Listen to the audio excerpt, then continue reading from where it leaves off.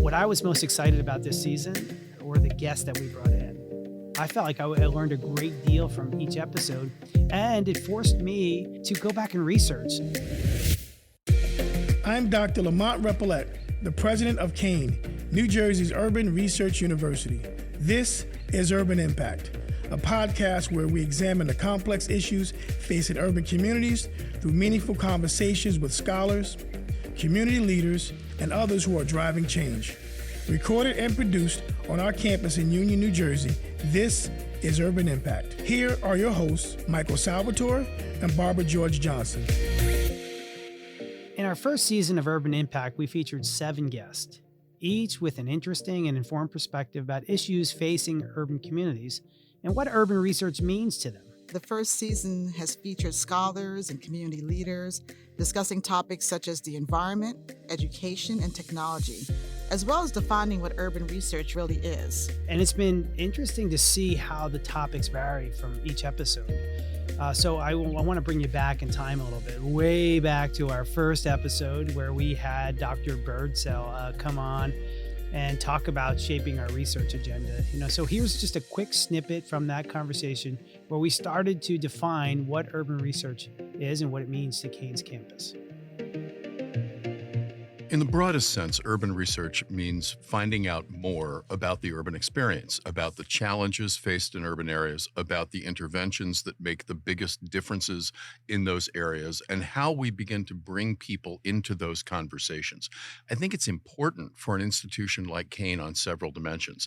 We don't know enough about the challenges that we face in urban areas, whether we're talking about the provision of healthcare, the transmission of disease, the ability to educate a population, the ability to create resilient areas with regard to climate, with regard to economics, et cetera, how we stimulate economic opportunities for broad constituencies throughout urban areas in the United States, but particularly here in northern New Jersey. So that first point is just the acquisition of knowledge and improving our understanding of urgent needs. Contrast with Kean in the past is really a matter of framing and direction, because Kean has always been an urban institution. We were founded, of course, in Newark, New Jersey, and moved here only in the middle of the 20th century. So that's this is a legacy that we've inhabited all of our lives. The difference now is designating this mission and allowing ourselves to reframe our research activity, many of our academic programs, our public service activities in the context of this urban mission. So, Mike, I thought it was interesting to be able to start the podcast with really giving that broad overview of what urban research is, given that Kean is the first university in the state designated as an urban research university. Barbara, you mentioned urban research and how it affects different communities across the state. When we spoke about the environment with one of our own Kean professors here, an ethnobotanist, Dr. Daniela Shevitz, it's so easy to become disconnected in an urban community. There's so many issues, and it's overwhelming if you stop to think about it. The most important thing is that we all think about what we personally could do, and that instead of trying to save the whole world's carbon issues, we have to look at our own lives. We all make 20,000 decisions throughout the day that can make a positive or a negative influence on our environment. Continuing our conversation about the environment, I thought that Kean assistant professor and biologist, Dr. Brenna Levine, gave us some interesting things to think about in regards to our population density and higher average temperatures of urban areas and how that puts them at greater risk for invasive species. Urbanization, human-caused climate change, these are all things that drive the spread of invasive species, which have overarching implications not just for human health, not just for economies, but causing ecosystems to collapse. After discussing the environment, we shifted our conversation to a topic that's near and dear to both of our hearts, education, and creating a warm and welcoming environment that students have access to high quality teaching, high quality learning experiences. With that in mind, one of the things that really stood out in the conversation that we had with our colleague, Senior Vice President Dr. Sancha Gray, is how her and her team are engaging families in the education process. Her passion to increase graduation rates and potentially disrupt this cycle of poverty by changing that trajectory of a student's life was pretty compelling. What we never want to do is uplift our students and exclude our families. When you are very thoughtful and intentional about engaging with the families, it only leads to positive outcomes in terms of student success. Two-generation strategies ultimately disrupts the cycle of poverty for families in generations to come. What I really took away from that conversation with Dr. Gray is how important it is to connect our young people to a college experience and to make sure that that college experience reflects the multiculturalism and the engagement of individuals across the spectrum of both how we look at gender, how we look at ethnicity, and how we engage those who are our professors and are teaching our young people to ensure that they're reflecting that as well. And I think Dr. Gray is really committed to that type of exposure here at Kean University. And so I love that you talked about the Kean Scholars Academy and how we are connecting with freshmen in high school and really bringing them through this Kean experience all the way through their senior years. So they have an opportunity to really think about where they fit in the college experience, because everyone doesn't necessarily believe that college is for them. So I think it's great to have that exposure very early on. I'm also thrilled we got a chance to speak to Ana Bertasia, who is the director for the Center for the Positive Development of Urban Children at the Watson Institute. And Anna's, story of working with daycare providers in the beginning of her program, her multicultural and English language learners program, and seeing the importance of culture and embracing culture in the classroom and teaching those who teach our children to embrace culture. Teachers and school leaders need to look at culturally responsive practice every day. And every new year, every new semester, there's a whole host of new students. Then you're again becoming a student of the cultures that are represented in your classroom. There's so many additional topics as it relates to education in our urban communities that I'm really looking forward to exploring next season. However, we kept that theme going in our final few conversations of our first season when we discussed technology and education. All right, so this has been a great episode. This is a great episode. So when we brought in, we started the episode, I think, with some artificial intelligence in terms of audio. Oh, we did. Scarily so. Yes, and then I know why students are talking about Dr. Mia Zamora all the time on our campus, because she was really passionate about not just this topic, which is relatively new. Let's think about it. We're talking about ChatGPT, this big breakthrough. That's November of 22. So her passion's not just because something sparked. She's just a passionate person, but her connecting to that and how it's going to impact her classroom, it really made me think a lot just about the ethical considerations around this new technology.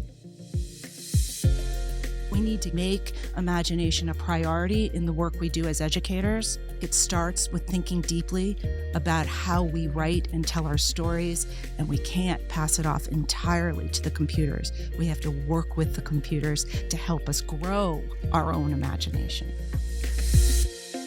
Mia's perspective on the use of programs like ChatGPT and ways to work with AI and not against it, right? It was fascinating. We're always a little afraid of what the bots are going to do. They're going to take over the world. But I think it was fascinating to hear Mia speak about how we can utilize AI and programs like ChatGPT to really bolster the experience of both the instructor and the student in education. So I thought it was interesting that also with Dr. David Joyner from Kean School of Integrative Science and Technology, brought up the subject of through the lens of a scientist. So let's take a quick listen to one of my favorite moments from that episode. I'm very excited about the potential that it has for increased productivity and for changing the way we learn and work. And again, the idea of intelligent agents that can give us the answers we want directly is really powerful. But I'm really scared of how it gets used in the wrong hands, because it also means that humans with ill intentions now have tools to make themselves much more productive. People who want to gain information and steal identities, who are using technology to try to trick people out of their private information, can now do so more effectively. People who want to learn the skills to set up the computers to help them do that can now do so more effectively. People who want to generate misinformation can do so more effectively. People who want to create fake imagery can do so very effectively. So I'm not, I think when people worry about the day the machines take over and Skynet turns on, I'm not as worried about that.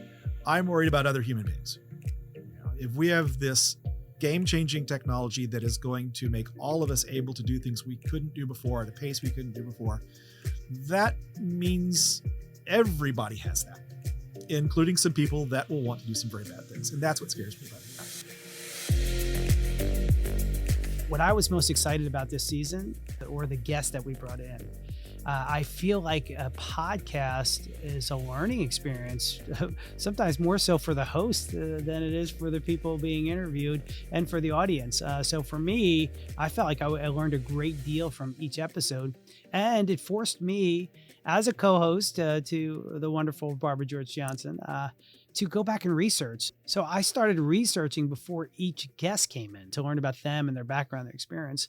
But then afterwards, I was even more curious. So hopefully that the hope around these different topics is that it doesn't just inspire us to delve deeper. It inspires a larger audience to seek more information about these particular topics. So I just really enjoyed being able to connect with them and also share with the world or whoever's listening of the important work that's being done here at Kean University. I so agree with you. I did as well have the opportunity to really look at some of the issues that we were discussing this season, and some things I knew a little bit about and some things nothing about, particularly when we started delving into the science and technology conversation with David, right? So it was really interesting to go back and say, okay, wow, you've expanded my mind on this.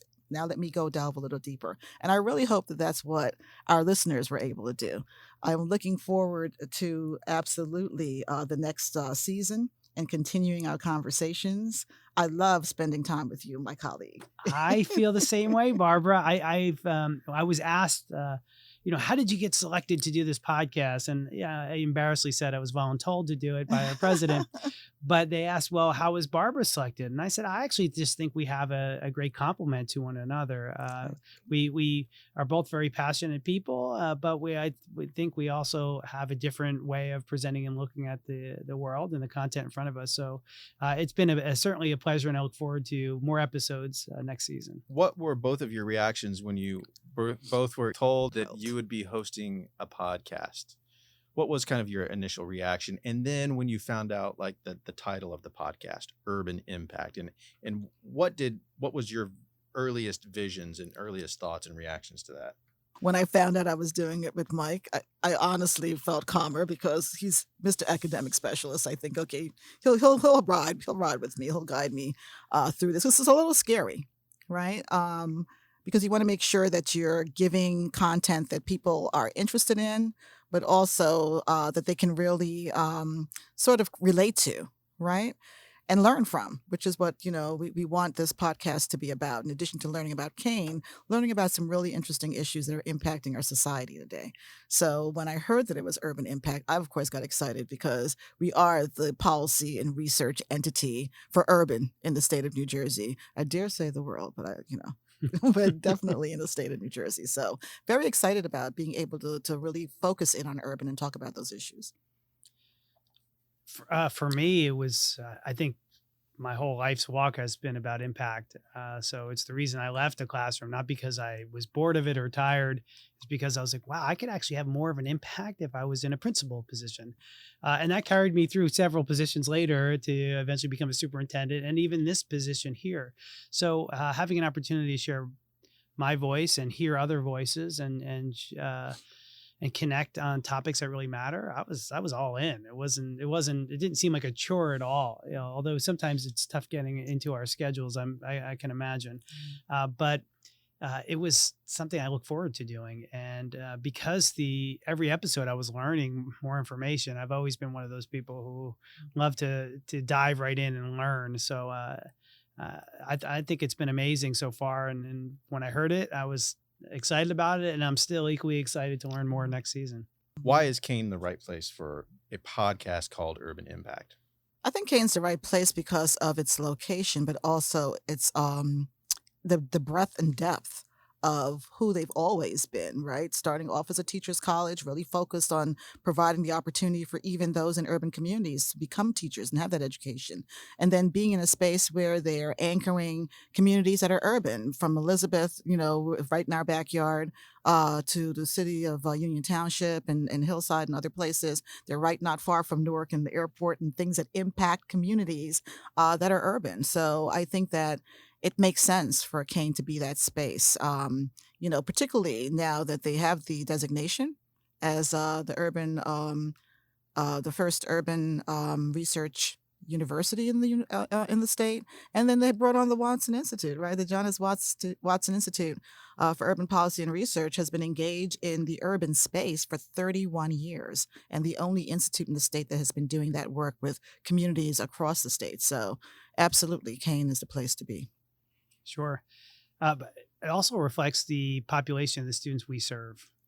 We pull, I look at our data, that's what I do here, and we pull students from urban communities more than anywhere.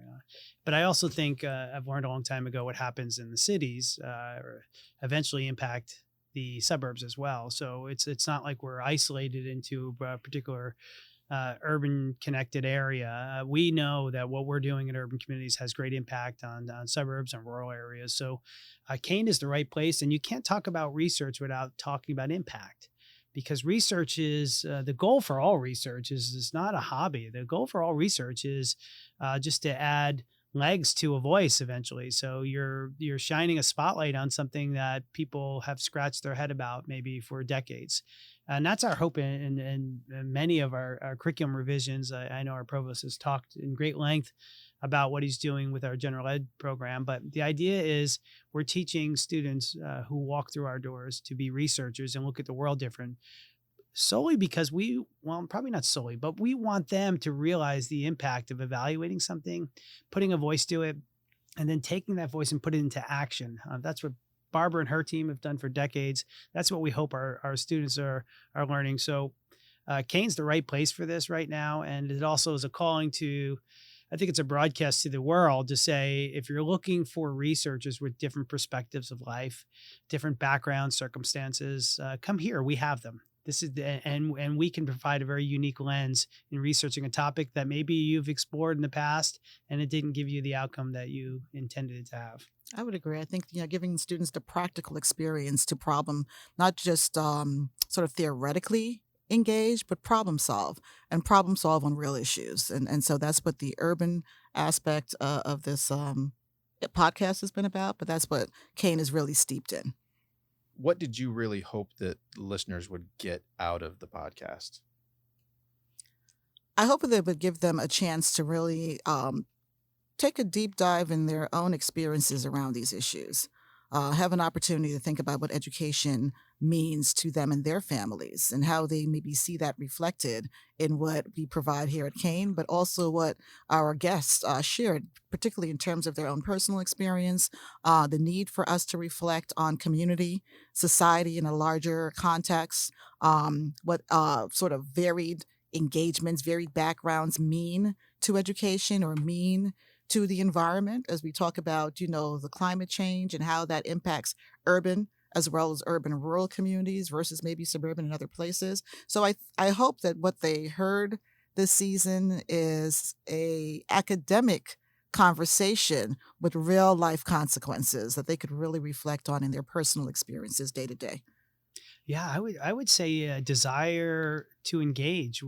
That's what we want our audience to kind of all of a sudden have this motivation to say, I need to learn more about Kean University and what they're doing there. So whether it be your passion around invasive species and unique jellyfish in the ocean, or some lanternfly, or something that's impacting you because you've lived in a city, you lived in Manhattan, and it's 10 degrees warmer than it is when you cross the bridge into Bergen County. So I think it's the desire to engage, not just with not just with us in the podcast, but to engage with our professors, our students here, engage in the work we're doing, and sure, hopefully engage with us to learn here, whether it be in an undergraduate fashion, whether it be through a credential program or graduate studies. So, What has you most excited about season 2? Got any topics on your mind? One of the topics that I believe and I hope that we'll get a chance to explore in season 2 is the work that is being done on the issue of Black maternal mortality and infant mortality. So the Watson Institute has been able to engage with the state, the First Lady's office in particular, Tammy Murphy, on looking at this issue particularly in the city of Trenton. So really looking forward to having a broader conversation about that. I think that's one of the hot button issues, unfortunately, that still exists, and the Institute at Kean is working to really move the needle on making changes that will improve the lives of women across the state. I also think a very hot topic, which I thought would fade eventually, but it just seems to be growing, is wellness and mental health. You can't open your inbox any day of the week without finding a new article about wellness, whether it be the intersectionality between race and gender, and how wellness is impacted there, and mental health and well-being. So I would love to get some experts in to talk about that, particularly those who have experience with serving students that look like our students, because that's a very unique clinical field, and it's certainly an area that needs more diversity. So I think a really fun way to do this too is we've applied and received more grants this year than I think ever noted here at Kean. I think the number was almost $15 million in grants this year. Not just we applied for, but we actually have received. But each of those grants is a research topic, basically. So we have a grant around wellness. We have a grant around food insecurity. You have grants for jobs. You have, you have a number of grants. Absolutely. There's a particular grant where we're looking at a community in Trenton, the Coalport community, and so we're